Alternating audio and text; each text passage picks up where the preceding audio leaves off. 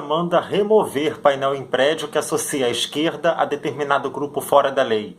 Essa notícia foi veiculada no site da CNN Brasil no último dia 16 de agosto de 22 e parece realmente que esse fla-flu direita-esquerda, comunista-capitalista, coxinha-mortadela, veio para ficar no Brasil dos últimos anos, não é verdade? Mas o que a gente pode entender sobre isso à luz da história?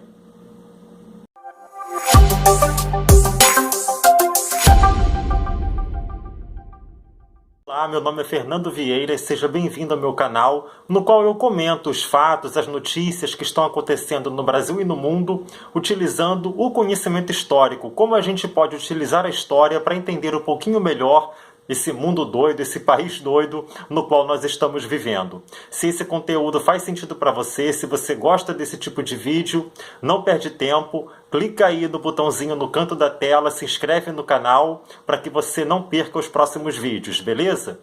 Então, eu convido você a viajar no tempo comigo. Vamos para o dia 19 de março de 1964. Foi quando aconteceu em São Paulo a Marcha da Família com Deus pela Liberdade.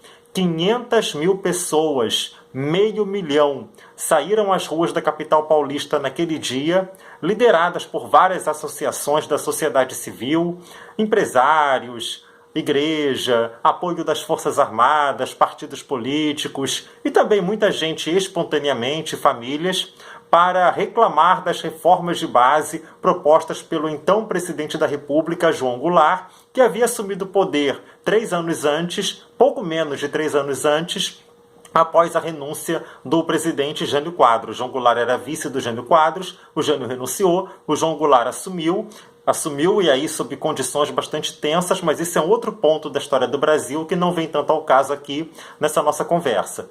Mas por que eu estou falando dessa Marcha da Família que precedeu em alguns dias o golpe de 64? Para falar sobre esse painel lá em Porto Alegre que associava de um lado a bandeira do Brasil com valores ou com, enfim, indicações como defesa da vida, defesa da família, apreço aos valores cristãos, menos impostos, liberdade, em comparação, em oposição ao comunismo representado pela cor vermelha e foice-martelo, e ali aborto, ideologia de gênero, mais impostos, censura, etc, etc. Porque tudo isso que a gente está vendo hoje, já no século XXI, tem um rescaldo de boa parte do debate político partidário brasileiro ao longo do século XX.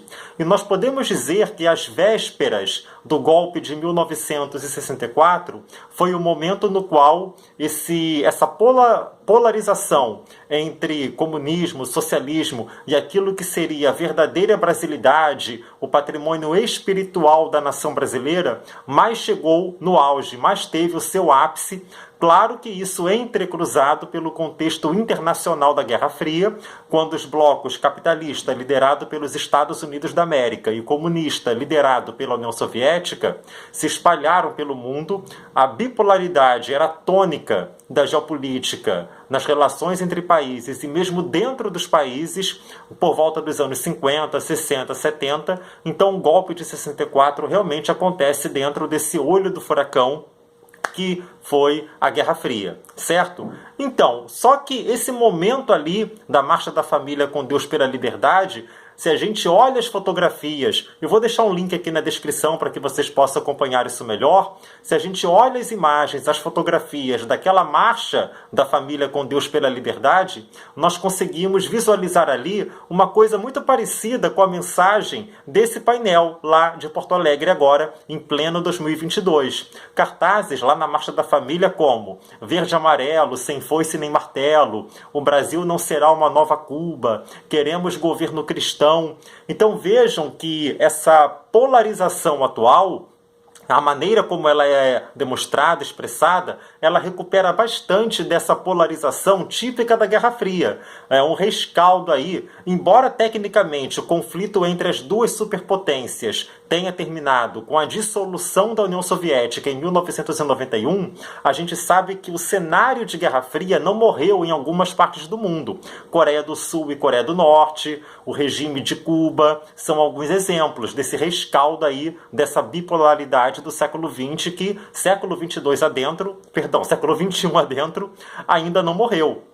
Agora, é claro que são contextos diferentes, mas que, olhando um pouquinho para a gente aqui para dentro, para o Brasil, para a nação brasileira, tem um patrimônio já bastante antigo que vem reforçado por essa herança, por essa memória do golpe militar de 1964 e o próprio apoio civil a esse golpe. Claro que essa história também não foi criada ali nos anos 60, ela tem uma origem mais antiga. A gente recupera na era Vargas, nos anos 30, a chamada intentona comunista liderada por Luiz Carlos Prestes, quando houve uma tentativa armada de fazer a Revolução Comunista no Brasil, já com um apoio não tão explícito na época da União Soviética. Quem assistiu ao filme Olga, filme brasileiro bastante famoso, deve conhecer bem essa história aí, a companheira de Luiz Carlos Prestes. Pois bem, isso teve uma continuidade nos anos 40, mesmo com o fim da ditadura da era Vargas, mesmo com a redemocratização daquele período.